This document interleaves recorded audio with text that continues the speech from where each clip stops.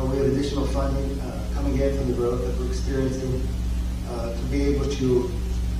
accommodate our residents and maybe be beneficial to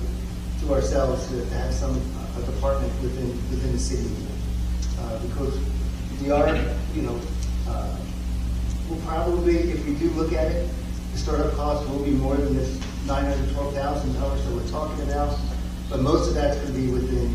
hard costs, buying cars, buying uniforms, that's the bulk of the cost that we'll be looking at. The startup, not to mention manpower. So I make some permission which I've talked to other cities about looking into the cost and then coming back to you probably around the June meeting, because the May meeting's in 2 weeks. It's impossible to pull that together that quickly. But come back with some costs to see whether